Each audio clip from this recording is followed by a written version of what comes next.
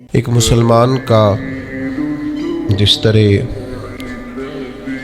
اللہ تبارک و تعالیٰ کے ساتھ ایک گہرا، مضبوط اور سب سے مستحکم رشتہ ہوتا ہے، اور جس طرح اس کا سب سے مضبوط اور مستحکم رشتہ نبی کریم صلی اللہ تعالیٰ علیہ وسلم کی عالی مرتبت بارگاہ کے ساتھ ہوتا ہے، ان مضبوط رشتوں کے ساتھ ساتھ پھر انسان کے تعلقات معاشرے کے ساتھ ہوتے ہیں، کنبے کے ساتھ ہوتے ہیں، پڑوسیوں کے ساتھ ہوتے ہیں، دوستوں کے ساتھ ہوتے ہیں، استاد شاگرد کا آپس میں رشتہ ہے، پیر مرید کا آپس میں رشتہ ہے، بھائی کا بھائی سے تعلق ہے۔ ان سارے رشتوں کے ساتھ ساتھ انسان کا ایک رشتہ اپنے آپ کے ساتھ بھی ہوتا ہے۔ انسان کا اپنے نفس کے ساتھ، اپنی ذات کے ساتھ بھی تعلق ہوتا ہے۔ نبی کریم صلی اللہ تعالیٰ علیہ وسلم نے ایک لفظ کہہ کے نا کہ تم پر تمہاری ذات کا بھی حق ہے، تم پر تمہارے نفس کا بھی حق ہے، تو ہم پر ہمارے حقوق بھی نبی کریم نے مقرر فرما دیے۔ جناب عبداللہ ابن عمر خود فرماتے ہیں کہ سرکار نے مجھ سے پوچھا کہ عبداللہ یہ بات ٹھیک ہے کہ تم ہر روز ہی نفلی روزہ رکھتے ہو اور ہر رات ہی نفلی عبادت کرتے ہو؟ تو میں نے عرض کیا یا رسول اللہ صلی اللہ تعالیٰ علیہ وسلم ایسا ہی ہے۔ اللہ کے پیارے حبیب علیہ السلام نے فرمایا ایسا نہ کرو۔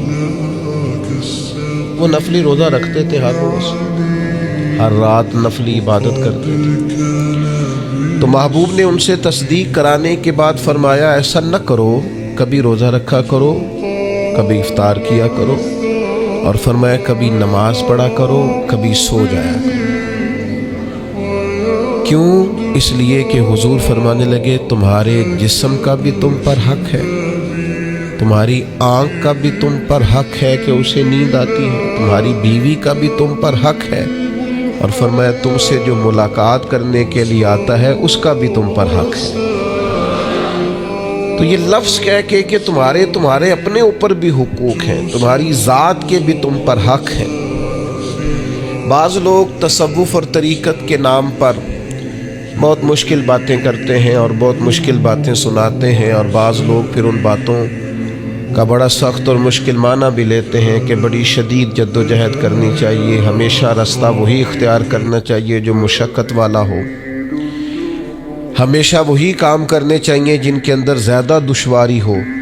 ٹھیک ہے، بعض اوقات مشقت والے کام، مجاہدے والے کام انسان کی نفس کی تربیت کے لیے بڑے اچھے ہوتے ہیں، لیکن ایسی مشقتیں، ایسے مجاہدے جو انسان کو اتنا کمزور کر دیں کہ وہ ضرورت کے جو حقوق ہیں وہ بھی پورے کرنے کے قابل نہ رہے، اس کی صحت پر ہی اثر انداز ہو جائیں، وہ آنے جانے والوں سے ملنے کے قابل ہی نہ رہے، وہ دیگر اس کے ذمے جو اس کے خاندان کے، قبیلے کے بال بچوں کے حقوق ہیں وہ ادا ہی نہ کر سکے، تو اسلام اس کی بھی اجازت نہیں دیتا۔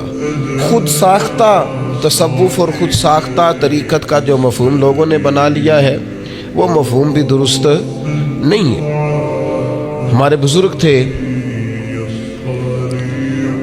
شیخ المشائخ اور استاذ الاساتذہ حضرت شیخ محمد تحسین رضا خان صاحب بریلوی رحمۃ اللہ تعالیٰ علیہ 50 سال کے لگ بھگ انہوں نے درس حدیث دیا ہے۔ تو میں ان پر ایک مضمون لکھ رہا تھا، میں نے ان سے عرض کی حضور آپ تہجد پڑھتے ہیں؟ فرمانے لگے نہیں، میں عشاء جماعت سے پڑھتا ہوں، اس کو بھی سالوں بیت گئے، اور میں فجر جماعت سے پڑھتا ہوں، یہ بھی میری زندگی کا معمول ہے، لیکن میں سحری کے وقت اس لیے نہیں اٹھ پاتا کہ مجھے صبح 8 بجے بیٹھ کر بچوں کو درس حدیث پڑھانا ہوتا ہے، عشاء کے بعد مجھے مطالعہ کرنا ہوتا ہے، تو میں سمجھتا ہوں یہ بھی میرے لیے نفلی عبادت ہے، لہٰذا میں رات کو بھی کتاب و سنت دیکھتا ہوں اور سارا دن بھی کتاب و سنت پڑھاتا ہوں، امید ہے میرا رب مجھے تہجد کا اجر بھی عطا کرے گا۔ عزیز دوست آپ یاد رکھیے گا، اس کو سمجھیے گا کہ ہمارے ہاں بعض لوگ بعض چیزوں کو زیادہ دشواری بنا لیتے ہیں۔ فلاں آدمی کو میں نے کبھی نفل پڑھتے نہیں دیکھا، یہ طریقت نہیں کہ آپ نے اسے نفل پڑھتے نہیں دیکھا تو وہ صوفی نہیں۔ آپ یہ بتائیے کبھی فرض چھوڑتے تو نہیں دیکھا، کبھی اسے ضروریات دین کو چھوڑتے تو نہیں دیکھا۔ اور نفل تو ویسے بھی انسان کا رب سے ذاتی معاملہ، ہو سکتا ہے سامنے والا چھپ کے پڑھتا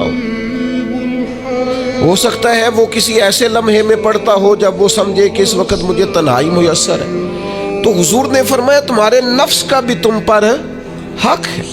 جن چیزوں کو اللہ رسول نے جائز قرار دیا ہے وہ کوئی شخص بھی استعمال کرتا ہے تو اس کو کوئی شخص ناجائز کر سکتا نہیں، کسی کو بھی اس کا اختیار اور حق حاصل نہیں ہے۔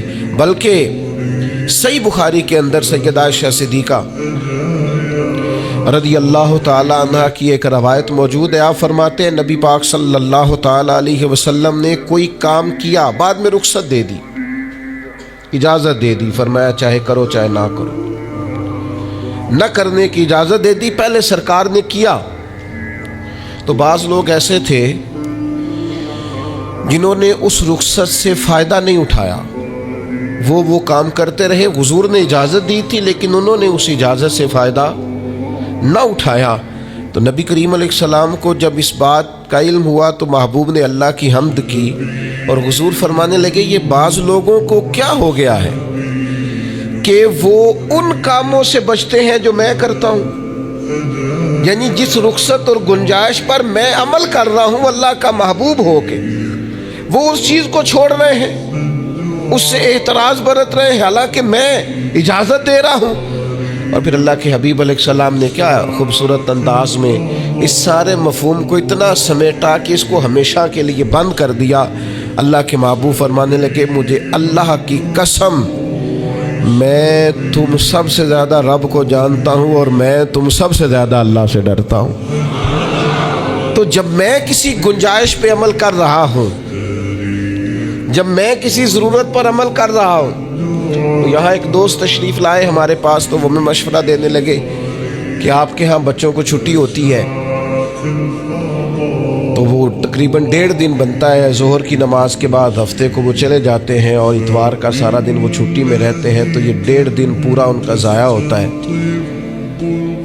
تو یہ تو معاملہ ٹھیک نہیں ہے، اس طرح تو ایسا ہے نا کہ مدارس دینیہ میں کیا کام ہے چھٹی کا؟ تو میں نے ان سے کہا ہو سکتا ہے مدرسے کے طالب علموں کو بھی نیند آتی ہو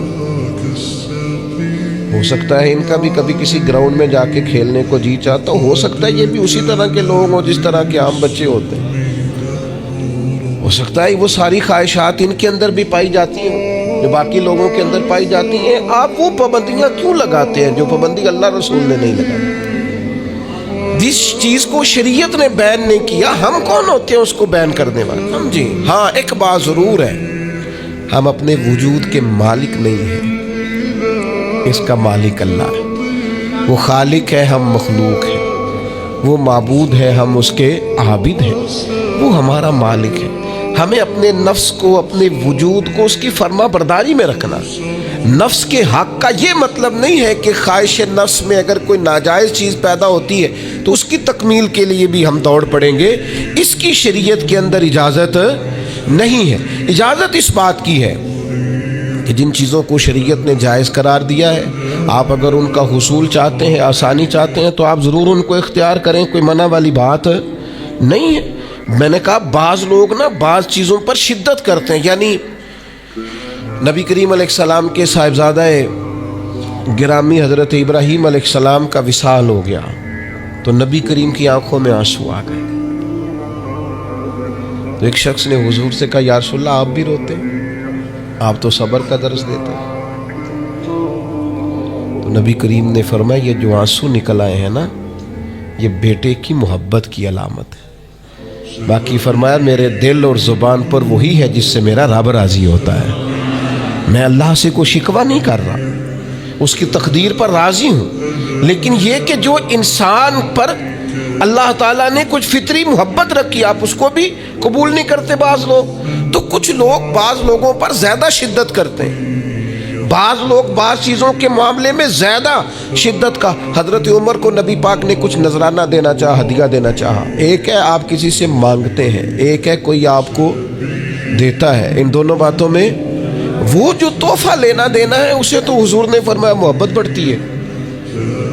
تو حضرت یہ صحیح بخاری میں موجود ہے, نبی کریم نے کچھ دیا تو حضرت عمر عرض کرنے لگے نہیں یا رسول اللہ ضرورت نہیں. تو محبوب نے فرمایا جو بن مانگے ملے وہ تو اللہ کی طرف سے ہے. وہ ایک صاحب مجھے کہنے لگے فلاں صاحب کہتے ہیں ہم چندہ نہیں مانگتے. تو میں نے کہا وہ زیادہ نیک ہونا چاہتے ہیں, کوئی حرج والی بات نہیں. وہ چندہ نہیں مانگتے, وہ زیادہ پرہیزگار ہونا چاہتے ہیں, زیادہ آگے بڑھنا چاہتے ہیں. ورنہ نبی پاک نے تو اعلان کیا ہے کہ تبوک پہ جانا ہے, مجاہدوں کو چندے کی ضرورت ہے. اعلان کیا کہ نہیں کیا رسول پاک نے؟ تو آپ اس کو علماء کی توہین کا پہلو بنائیں گے؟ رسول اللہ صلی اللہ علیہ وسلم نے اعلان نہیں فرمایا؟ اگرچہ مالک کے کل ہیں لیکن حضور نے اعلان کیا. اور قرآن مجید میں تو کفار نے شکوہ کیا ہے کہ رب ہم سے مانگتا ہے معاذ اللہ. اس کا معنی یہ ہے کہ اللہ فقیر ہے, ہم غنی ہیں. یہ آپ 28ویں پارے میں دیکھ لیں کہ رب کہتا ہے قرض حسنہ دو, تو آپ کیا معاذ اللہ یہ آیتیں دے کے اللہ پر تنقید کریں گے؟ معاذ اللہ ثم معاذ اللہ, نقل کفر نباشت کہ اللہ لوگوں سے کہتا ہے میرے راستے میں خرچ کرو, اور ایک جگہ نہیں جگہ جگہ کہتا ہے. آپ کچھ زیادہ نیک ہونا چاہتے ہیں, یعنی جس بات کا اللہ اعلان کر رہا ہے وَمِمَّا رَزَقْنَاهُمْ يُنْفِقُونَ, جو میں نے تمہیں دیا ہے میری راہ میں خرچ کرو, جس کا حضور اعلان کر رہے ہیں. ایک شخص کھڑا ہو کے کہتا جی ہو مولوی چندے مانگتے ہیں. او خدا کے بندے, جو کام عین کتاب و سنت میں موجود ہے, تم کو ضرورت سے زیادہ نیک ہونا چاہتے ہو تو یہ تمہارا خود ساختہ دین ہے, یہ رسول اللہ کا دین نہیں ہے, یہ تمہارا. اور لوگ ہیں کہ کہہ رہے ہیں واہ واہ بڑی بات ہے. تو اس لیے ہمارے وجود کا بھی ہم پر حق ہے. چند ایک نفس کے حقوق آج بیان کرنے. سب سے پہلا ہمارے نفس کا ہم پر حق یہ ہے کہ ہم اپنے آپ کو پہچانیں, اپنی صلاحیتوں کو پہچانیں, اپنے اوپر غور کریں. قرآن مجید نے ارشاد فرمایا کہ بل الانسان علی نفسہ بصیرہ, فرمایا بلکہ انسان خود اپنے اوپر گواہ ہے, اسے اپنا پتہ ہے. بہانے بنائے تو بات الگ ہے, یہ خود پر گواہ ہے, اسے خبر ہے. انسان عالم اصغر ہے, ہم نہ اپنے آپ کو پہچانتے نہیں, ہمیں اپنی خوبیوں کا پتہ نہیں ہوتا. یہ جو ہم استاذ کے پاس جاتے ہیں نا, یہ جو ہم مرشد کے پاس جاتے ہیں نا, وہ ہمیں نکھار کے نا تو وہ ہماری خوبیاں ہماری آنکھوں کے سامنے کر دیتے ہیں کہ یہ تمہارے اندر صلاحیت ہے. وہ تراش کے نا پتھر کو تو اسے ہیرا بنا دیتے ہیں, وہ نکموں کو کام کا بنا دیتے ہیں. وہ کیا کرتے ہیں کہ وہ ہمیں ہمارے اپنے آپ سے آگاہ کر دیتے ہیں. یعنی ہے وہی تیرے زمانے کا امام برحق جو تجھے حاضر و موجود سے بیزار کرے اور موت کی شکل میں دکھلا کے تجھے جلوہ یار زندگی تیرے لیے اور بھی دشوار کرے. وہ جو تیرا جینا اوکھا کر دے نا, مشکل نہیں میں کہتا, اگرچہ اردو ہے لیکن مشکل اور اوکھا, یہ اوکھا ذرا زیادہ وزنی ہے. جو جینا اوکھا کر دے وہ درویش ہوتا ہے جو تیرے لیے مشکل کر دے. بھائی اپنے آپ کو پہچانے, اپنے اوپر غور کریں. اللہ تعالیٰ نے بنایا ہے اور بنانے والا کہتا لقد خلقنا الانسان فی احسن تقویم. بنانے والا کہتا ہے میں نے تجھے بڑی بہترین ساخت میں بنایا. او انسان میں نے تجھے بڑا ہی سونا بنایا. کوئی تیرے ناک پر تنقید کرے تو کرے, تو کہہ تجھے پتہ نہیں یہ چاہت کس کی ہے, میں مرضی سے نہیں بنا, یہ بنانے والے نے بنایا ہے. اس نے تجھے سونا بنایا, تو اپنے آپ کو پہچانتا ہی نہیں. تو جو ہے نا خدا جانے بلندی ہے کہ پستی پر جہاں میں ہوں وہاں کوئی نہیں ہے. تو اپنے قد سے بھی پیار کر, تو اپنے رنگ سے بھی پیار کر, تو اپنے وجود کی ساخت سے بھی پیار کر. اور پھر وہ کہتا ہے تجھے بنایا, باقی سارا کچھ تیرے لیے بنایا. هو الذی خلق لکم ما فی الارض جمیعا. رب کہتا ہے زمین میں جو کچھ ہے نا میں نے سارا تیرے لیے بنایا. تجھے اللہ رسول کے لیے بنایا ہے, اور باقی زمین میں جو کچھ ہے وہ سارا تو پہچانتا ہی نہیں. ہر چیز مسخر ہے تیرے سامنے. اتنا بڑا ہاتھی ہوتا ہے اور ایک عام آدمی ہلکی سی چھڑی لے کے اسے چلا رہا ہوتا ہے. اونٹ کتنا لمبا چوڑا وزنی ہوتا ہے، لیکن ایک عام آدمی اس کے ناک میں نکیل ڈال کے اسے گھما رہا ہوتا ہے۔ کتنی بڑی بھینس ہوتی ہے، لیکن چھوٹے سے بچے نے مہار پکڑی ہوئی ہوتی ہے۔ ایک عام آدمی پائلٹ بن کر جہاز پہ بیٹھتا ہے اور منوں ٹنوں کے حساب سے وزن ہے، افراد ہے، لیکن ہواؤں پر سواری کر کے اسے چیرتا ہوا وہ مہینوں کی منزلیں گھنٹوں میں طے کر کے کراس کرتا ہے۔ تسخیر کائنات کے لیے تجھے بنایا ہے، تو سو رہا ہے، تو جاگتا ہی نہیں، تو اپنے آپ کو پہچانتا ہی نہیں۔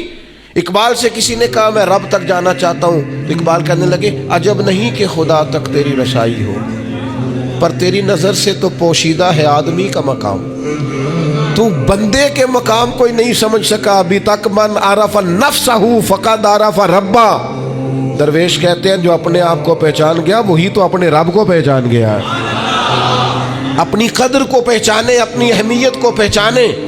آپ کے اندر بڑی صلاحیتیں پنہا ہیں، چھوٹی چھوٹی باتوں میں پریشان ہو گئے، کام نہیں ملتا، کاروبار نہیں چلتا، ہو تیرے پاس بڑا کچھ ہے یار، کام نہیں بھی ملتا تو اگر وقتی طور پر کوئی حالات خراب ہے تو اپنا قد کاٹ تو دیکھ، اپنا حسن تو دیکھ، اپنی سوچ تو دیکھ، تفکرات تو دیکھ۔ تجھے بنانے والے نے کوئی کمی چھوڑی نہیں، اس نے کمال کر دیا ہے، قدرت نے رنگ بھر دی ہے تیرے وجود میں۔ کبھی تو اپنے رب کے شاہکار ہونے کی نظر سے اپنے آپ کو دیکھے، تجھے اپنے آپ سے پیار ہو جائے، تجھے اپنے آپ سے محبت ہو جائے۔ وہ میں کبھی تنقید کیا کرتا تھا کہ یہ جوان شیشوں اور آئینوں کے سامنے بڑی دیر تک کھڑے رہتے ہیں، تو ایک دن ایک سادے سے بزرگ مجھے کہنے لگے یہ جو آئینے کے سامنے کھڑا ہے نا، یہ بھی رب کی تخلیق کو ہی دیکھ رہا ہے، یہ کہہ رہا ہے کریم نے کمال نہیں کر دیا مجھے بنانے والا، حج نہیں کر دی، کیا حسن کے جلوے، کیا خوبصورتی اور کیا نورانیت اس نے پیدا کی ہے انسانی، اور پھر یہ جو دیا بن مانگے دیا۔ ایک بات یہ کہ اپنے نفس کو پہچانے، اور دوسری بات یہ ہے کہ عزت نفس کا بھی خیال کریں، اپنے آپ کو رسوا نہ کریں۔ اللہ نے عزت دی ہے تو اپنے آپ کو ذلت کی جگہ پر کھڑا نہ کریں،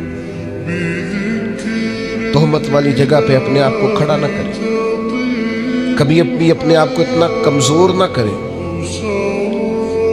جھکنا ہے رب رسول کے سامنے، بلا وجہ دنیا داروں کے، سیٹھوں، نوابوں کے اور وزیروں مشیروں کے سامنے اپنے آپ کو رسوا نہ کریں، کسی کی گاڑی کے پیچھے بھاگ کے اللہ کی دی ہوئی شان کو کمزور نہ کریں، ذلت کی جگہ پہ اپنے آپ کو کھڑا نہ کریں۔ شریعت اسلامیہ نے مومن کا وقار کیا بیان کیا ہے؟ رب کریم نے فرشتوں سے جب مشورہ کیا تھا نا بندہ بنانے کے لیے، انسان کی تخلیق کے لیے، تو وَإِذْ قَالَ رَبُّكَ لِلْمَلَائِكَةِ إِنِّي جَاعِلٌ فِي الْأَرْضِ خلیفہ، اللہ نے فرشتوں سے فرمایا میں زمین پہ اپنا نائب بنانا چاہتا ہوں۔ اوہو، کبھی آپ اس کو سمجھ جائیں نا کہ یہ عزت کا تاج کیا ہے۔ رب کہتا ہے میں نے تجھے زمین پر اپنا خلیفہ بنایا ہے، تو نائب ہے میرا، اور کتنا تو پروقار ہے اور تو کتنا طاقتور ہے انسان، تیرے اندر کتنی صلاحیتیں ہیں۔ سورہ احزاب میں اللہ کریم فرماتے ہیں رب نے اپنی امانت زمین و آسمان پر رکھنی چاہی تو زمین و آسمان نے انکار کر دیا اللہ کی امانت کو اٹھانے سے، وَحَمَلَهَا الْإِنسان، اور انسان نے اس امانت کو اٹھا لیا، کہا مالک میں تیری امانت اٹھاؤں گا، میں تیرا نام لے کے گلیوں میں گھوموں گا، میں تیری توحید کے ڈنکے بجاؤں گا۔ حضرت انسان نے کہا میں تیرے نام کے نعرے لگاؤں گا، میں تیری عبادت کروں گا، میں تیرے لیے نکلوں گا، میں تیرے لیے خیرات کروں گا، میں تیرے رستے میں اپنی صلاحیت۔ وَحَمَلَهَا الْإِنسان، انسان نے امانت اٹھائی اور کہا مالک میں نکلوں گا تیرے نام کی سربلندی کے لیے، میں تیرے نام پر جہاد کروں گا، اگر جان دینی پڑی تو دعائیں مانگ مانگ کے کہوں گا مالک میں تیرے رستے میں شہید ہونا چاہتا ہوں۔ اللہ کی امانت کو حضرت انسان کیوں اپنے آپ کو رسوائی والی جگہ پہ کھڑا کرے، کیوں کمزور کرے؟ بہت پہلے کہا تھا، فقیر آدمی ہوں، جو باتیں کہتا ہوں کوشش کرتا ہوں سوچ سمجھ کے کہوں۔ بہت پہلے کہا تھا میں نے کہ جو اپنی برادری کو بڑا جانتا ہے اس کی زیادتی نہیں، زیادتی اس کی ہے جو اپنی برادری کو سب سے چھوٹا جانتا ہے۔ تو بڑا نالائق ہے، تو کہتا ہے میں چھوٹی برادری میں پیدا ہوا ہوں، تو مرضی سے پیدا ہوا ہے، یہاں تجھے تیرے رب نے پیدا کیا ہے۔ جو ماں تیرے، میں نے ایک دفعہ کہا کچھ دوستوں سے، کہنے لگے کدھر جا رہے ہیں؟ میں نے کہا اپنے والد صاحب کے مزار پہ۔ کہنے لگے پیر تھے؟ میں نے کہا نہیں۔ عالم تھے؟ میں نے کہا نہیں۔ کسی بہت بڑے ادارے میں کسی صدر نشین کی سیٹ پہ بیٹھتے تھے؟ میں نے کہا نہیں، وہ ٹریکٹر پر بیٹھ کر کھیتوں میں ہل چلاتے تھے، شام کو بھینسوں کا دودھ دھوتے تھے، وہ کسان تھے، وہ محنت کرتے تھے، پھر وہ تاجر تھے، چھوٹی سی تجارت کرتے تھے۔ لیکن مجھے اگر کوئی کائنات میں پوچھے گا نا خوش نصیب کتنے ہو، تو میں کہوں گا میں نے اس طرح کا باپ نہیں دیکھا جس طرح کا اپنا باپ دیکھا۔ اس لیے کہ میری شخصیت میں اگر کوئی نکھار ہے تو سب سے زیادہ رنگ میرے ابا جی کے بھرے ہوئے ہیں، تو میں کیسے انکار کروں؟ سب سے زیادہ ان کے دیے ہوئے رنگ ہیں شخصیت کے اندر، ماں باپ۔ او بھائیوں، ناز کے ساتھ زندگی گزاری جاتی ہے۔ کبھی اپنے آپ کو رسوائی والی جگہ پہ کھڑا نہ کریں، کبھی اپنے آپ کو کمزور نہ کریں، مضبوط رہیں، طاقتور رہیں۔ اور تیسری بات، ایک تو اپنے نفس کو پہچاننا ہے، دوسرا اپنی عزت کرنی ہے۔ کس کی عزت کرنی ہے؟ اپنی عزت کرنی، تکبر نہیں کرنا، اپنی عزت کرنی ہے۔ عربی کے کسی شاعر نے کہا تھا جو اپنی عزت نہیں نہ کرتا اس کی عزت بھی کوئی نہیں کرتا۔ اب وہ آپ نے ایک عام محاورہ سنا ہوگا، اپنی عزت بندے کے اپنے ہاتھ میں ہوتی ہے۔ اس کا معنی کیا ہے؟ آپ کبھی بھی کوئی ایسا کام نہ کریں جس سے آپ کی ذلت ہو۔ آپ اپنی عزت کریں، آپ اپنی تکریم کریں، آپ اپنے وقار کو بلند رکھیں۔ آپ کبھی بھی اپنے لہجے کو، معیار کو کمزور نہ ہونے دیں۔ آپ فکری توانائی کا ہمیشہ مظاہرہ کریں، طاقتور رہیں، کمزور نہ پڑیں کبھی بھی۔ اور تیسرا یہ ہے کہ اپنے نفس کی تربیت کریں۔ جس طرح انسان اپنے وجود کی نشو و نما کرتا ہے نا، وہ کہتا ہے یہ کھاؤں گا تو طاقت ہوگی، یہ کھاؤں گا تو بیمار ہوں گا، یہ کھاؤں گا تو میں فریش رہوں گا، یہ کھانے سے میری طبیعت میں درد ہوگی۔ اسی طرح وہ اپنی تربیت کرے، اپنی نشو و نما کرے، اپنی روحانی تربیت پر توجہ دے۔ وہ دیکھے یہ کام کرنے سے میری طبیعت گناہ کی طرف مائل ہوتی ہے، اس بری صحبت میں بیٹھنے سے میرے اندر بعض بری چیزیں آتی ہیں، اس کے پاس بیٹھنے سے سوچے میری گدلی میلی کچیلی ہوتی ہے، اور اس شخص کی صحبت جو ہے وہ مجھے تازہ کرتی ہے، اللہ کے قریب کرتی۔ تربیت نفس پر توجہ دیں، اپنی باطنی کیفیات کو ملاحظہ کریں۔ اپنی تربیت سب سے زیادہ انسان خود کر سکتا ہے، بل الانسان علی نفسہ بصیرہ۔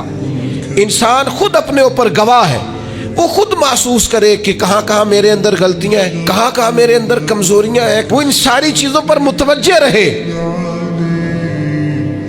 ڈاکٹر نے دوائی دینی ہوتی ہے، اور دوائی دینے کے بعد وہ کہتا ہے یہ نسخہ ہے اور یہ کھانے کی ترتیب ہے اور یہ آپ کی پرہیز ہے۔ اب مریض کہے کہ جناب ڈاکٹر صاحب کوئی نظر کریں آپ تاکہ میں نہ نظر سے ٹھیک ہو جاؤں، تو ڈاکٹر کہے گا میری نظر یہی ہے جو میں نے نسخہ لکھا ہے، یہی نسخہ ہے، یہ دوائی کھائے۔ یہ وہ لوگ آتے ہیں پیر صاحب کے پاس، کہتے ہیں کوئی نظر کرے میں نیک ہو جاؤں۔ بھی پیر صاحب نے نسخہ بتایا نا، 5 نمازیں پڑھو، نماز کے بعد یہ والا ذکر کرو، پیر صاحب نے بتایا نا اس کام سے پرہیز کرو، تو آپ ان بات مانیں، انشاءاللہ اللہ شفا عطا فرمائے گا۔ آپ اس نسخے پر، وہ پیر فیض الحسن شاہ صاحب رحمۃ اللہ علیہ آل و معاد شریف والے فرمایا کرتے تھے، مرید کہندے نے سانو نمازاں نہ پڑھاؤ، اللہ اللہ نہ کراؤ، ایویں ہی پہنچاؤ۔ تو کہتے ہیں یہ ایویں والا کام ہو سکتا؟ جو شریعت کے احکام ہے وہ تو سارے کرنے پڑتے ہیں۔ اور پھر لوگوں کو نے ایسے موقع پہ بابا بلے شاہ جی یاد آ جاتے ہیں، کہتے بلے شاہ نو مرشد ملے ہے تے انہیں ایویں ہی جا بخشایا ہے، او نا نا نا نا 300 پہلی زمین ہوندی سی بابے بلے شاہ دی، انہیں ساری دیتی دی اللہ دی راہ وچ۔ ایویں جڑا جے نا وہ اے والا ایویں جے، نیرا شیر نہ پڑھو، پیچھے پلٹ کے دیکھو تو صحیح اس شخص نے کمال کیا کیا کیا۔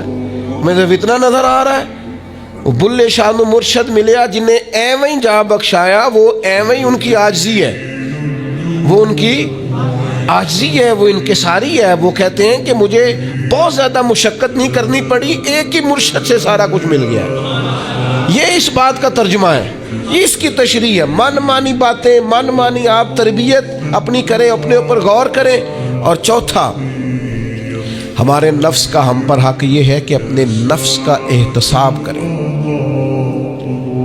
اپنے نفس کو اللہ کی رضا کے مطابق ڈھالیں، اس کا محاسبہ کریں۔ جو لوگ حساب کتاب نہیں نہ رکھتے، ہمارا ادارہ ذرا بڑا ہوا ہے تو ہم نے اسپیشل اکاؤنٹ میں پکا بندہ رکھ لیا ہے۔ پہلے ایک دوست کام کرتے تھے رضاکارانہ طور پر، شام کو بیٹھتے حساب کتاب کر دیتے، کمیٹیوں میں ایک شخص کیشیئر ہوتا ہے۔ پھر اب ادارہ بڑا ہو گیا، نظم بڑا ہو گیا، کام بڑا ہو گیا، اب وہ ایک آدمی شام کو اگر بیٹھے گا تو کرے گا نہیں، تو مستقل ایک صاحب ہیں جو ڈیوٹی کرتے ہیں، نظام کو دیکھتے ہیں۔ کیونکہ اگر حساب کتاب نہ رہے تو چیزیں ٹھیک چل سکتی۔ سب سے زیادہ وہ تاجر ناکام ہوتا ہے جو کمائی کرے اور خرچ کا حساب ہی نہ رکھے، جس کو پتہ ہی نہ ہو آمدن خرچ میں بیلنس کیا ہے۔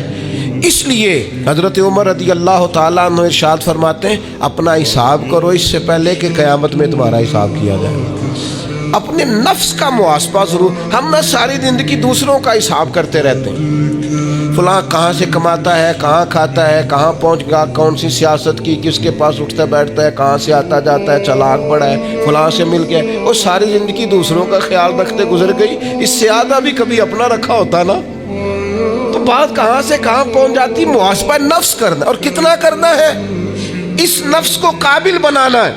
حضرت سیدنا عبداللہ ابن سلام رضی اللہ تعالیٰ عنہ لکڑیوں کا گٹھا، پرانے زمانے کے اندر ایندھن لانا، لکڑیاں اکٹھی کر کے لانا، یہ بھی روزمرہ کی ڈیوٹیوں میں سے ایک ڈیوٹی ہوتی تھی۔ وہ ڈیوٹی آج کل ہم ماہانہ گیس کا بل دے کے پوری کرتے ہیں، یا اب بھی اس کی ایک صورت ہمارے پاس ہے کہ بہت سارے لوگوں نے سلنڈر اٹھائے ہوتے ہیں، گیس بھروانے جا رہے ہیں۔ تو اس سے کچھ عرصہ پہلے یا آج بھی دیہی ماحول کے اندر بعض لوگ شام کو لکڑیاں اکٹھی کر کے لاتے تھے کہ وہ آئیں گی تو کھانا پکے گا ایندھن کے لیے۔ حضرت عبداللہ ابن سلام رضی اللہ تعالیٰ عنہ لکڑیاں اپنی پشت پہ رکھے ہوئے ہیں، گھر کی طرف آ رہے ہیں، تو ایک شخص نے آپ سے کہا کہ جناب حد ہو گئی، گھر میں بیٹے بھی موجود ہیں، غلام بھی موجود ہیں، اور آپ یہ کام خود کر رہے ہیں۔ تو حضرت عبداللہ ابن سلام فرمانے لگے، بیٹے بھی موجود ہیں اور غلام بھی موجود ہیں، اور ایک بات اور بھی شامل کر رہا ہوں، اللہ کے فضل سے میرے بچے اور میرے خادم میرے فرما بردار بھی ہیں، بات بھی مانتے ہیں۔ لیکن فرمانے لگے میرا نفس نہ تھوڑا بڑا ہو گیا تھا، یہ مجھے کہہ رہا تھا تو بہت بڑا آدمی ہو گیا ہے، تو بہت بڑا شخص ہو گیا، تیری بڑی شخصیت ہو گئی ہے۔ فرمایا یہ جو ذرا لکڑیوں کا گٹھا پشت پہ رکھا ہے نا، یہ رکھا پشت پہ ہے، لیکن ذرا حساب اپنے نفس کا کر رہا ہوں، محاسبہ نفس کر رہا ہوں، اسے سمجھا رہا ہوں کہ اتنا بڑا ہونے کی ضرورت۔ ہمارے بزرگ فرمایا کرتے تھے آخر تک اپنے استادوں کی بارگاہ میں حاضری دینی ہے۔ میرے اسا فرمایا کرتے آخر تک اپنے مشائخ سے جڑے رہنا، آخر تک اپنے اساتذہ کے پاس آنا جانا۔ کچھ لوگ بے نیاز ہو جاتے ہیں نا، خود عالم ہو گئے اب استاد گئے، خود بڑے ہو گئے اب گئے، کہتے تھے آخر تک جانا، اس لیے کہ بعض لوگوں کے پاس جانے سے انسان کو لگتا ہے کہ نہیں مجھ سے بھی بڑے موجود ہیں، ان کے پاس بیٹھنے سے احساس ہوتا ہے کہ میں اتنا بڑا نہیں ہوں۔ اور بڑا بھی ہمیشہ وہی ہوتا ہے جس کا کوئی بڑا ہوتا ہے، جس کا کوئی بڑا نہیں وہ کیسے بڑا ہوگا۔ تو اللہ تعالیٰ نے بھی ہمیں قرآن مجید کے اندر یہ حکم دیا، یا ایھا الذین آمنوا اتقوا اللہ ولتنظر نفس ما قدمت لغد، اے ایمان والو اللہ سے ڈرو اور ہر جان حساب کرے، محاسبہ کرے، دیکھے کہ اس نے کل کے لیے آگے کیا بھیجا، کل کے لیے اس اپنا حساب کرنا ہے، محاسبہ نفس کرنا ہے، یہ نفس کا حق ہے۔ جس طرح کپڑے میلے ہو جاتے ہیں تو آپ پریشان ہوتی ہیں کہ یار یہ میلے ہو گئے بدلنے چاہیے، جوتے ٹوٹ جاتے ہیں تو آپ خیال کرتے ہیں یار مجھے آنا جانا ہوتا ہے یہ مجھے ٹھیک کرنے چاہیے، تو نفس پر میل کچیل چڑھ جاتی ہے، لوگ حساب ہی نہیں کرتے، باطن سارا گدلا ہو جاتا ہے، لوگ حساب ہی نہیں کرتے، اندر سارا کمزور ہو جاتا ہے، حساب ہی نہیں کرتے۔ اس نفس کا حساب کرنا ہے، محاسبہ کرنا ہے، اس کا بھی حق ہے۔ جس طرح آپ کے جسم کا حق ہے کہ لباس ٹھیک ہو، جوتے ٹھیک ہوں، آپ نے غسل کیا ہوا ہو، اس طرح آپ کے نفس کا بھی حق ہے۔ اس کا حق کیا ہے کہ اسے اتنا ٹھیک کر دے، اتنا محاسبہ کریں، اتنی اس کی عادات بہتر کریں کہ وہ رب کی رضا کے مطابق ڈھل جائے، اللہ رسول کی رضا کے مطابق دھل جائے، نکھر جائے، صاف ہو جائے، اس طرح کا ہو جائے کہ جب دنیا سے جانے لگے تو آواز آئے یا ایتھا النفس المطمئنہ، اے نفس مطمئنہ ارجعی الی ربک راضیۃ مرضیہ، لوٹ اپنے رب کی طرف، تو اپنے رب سے راضی ہے اور تیرا رب تجھ سے راضی ہے۔ اس نفس کو اللہ کی رضا کے مطابق ڈھال دیں۔ حضرت ابراہیم ابن ادم رحمۃ اللہ علیہ ایک دن مریدوں کے بیچ بیٹھے ہوئے تھے، فرمانے لگے دنیا میں جو کچھ ہوتا ہے میری مرضی سے ہوتا ہے۔ تو سارے مرید آپ کی طرح کے عقیدت مند تو نہیں نہ ہوتے چپ کر کے سن لیں، کچھ سوچتے بھی ہیں، ان کا دماغ فوری طور پر تنقید کی طرف بھی مائل ہوتا ہے۔ جب آپ نے فرمایا کہ دنیا میں جو کچھ ہو رہا ہے میری مرضی سے ہو رہا ہے، تو کچھ لوگ جو تھے ان کی آنکھیں بتاتی تھیں کہ سوال فوری طور پر آ گیا ہے، ذہنوں کو پریشان کر رہا ہے۔ تو ایک صاحب نے کہہ لیا حضور یہ بڑا دعویٰ ہی نہیں، دنیا میں جو ہو رہا ہے میری مرضی سے ہو رہا ہے۔ فرمانے لگے اصل بات نہیں نا، تم نے آگے پوچھا ہی نہیں، میں بتانے لگا تھا، تم پر کچھ لوگ پریشان جلدی ہو جاتے، اگلا صفحہ پڑھتے نہیں پچھلے پہ ہی پریشان ہو جاتے۔ کہا دنیا میں جو کچھ ہو رہا ہے میری مرضی سے ہو رہا ہے، اور میری مرضی وہی ہے جو میرے رب کریم کی مرضی ہے۔ میں نے اپنی مرضی اللہ کی مرضی میں فنا کر دی ہے، لہذا جو کچھ بھی ہو رہا ہے چونکہ میری مرضی وہی ہے جو میرے یا ایتھا النفس المطمئنہ ارجعی الی ربک راضیۃ مرضیہ، اے نفس مطمئنہ لوٹ اپنے رب کی طرف، وہ تجھ سے راضی ہے اور تو فادخلی فی عبادی، آجا میرے خاص بندوں میں داخل ہو، وادخلی جنتی، آنا میں نے تیرے لیے جنت تیار کی ہے، میری جنت میں داخل ہو جا۔ لیکن کیا کرنا ہے؟ نفس مطمئنہ، کون سا؟ ایسا نفس تیار کرنا ہے جو اللہ سے راضی ہو اور اللہ اس سے راضی ہو۔ اس کا محاسبہ کر کے اس طرح کا بنا لیں کہ یہ اس طرح کا ہو جائے کہ جس طرح اللہ اس سے راضی ہے اور یہ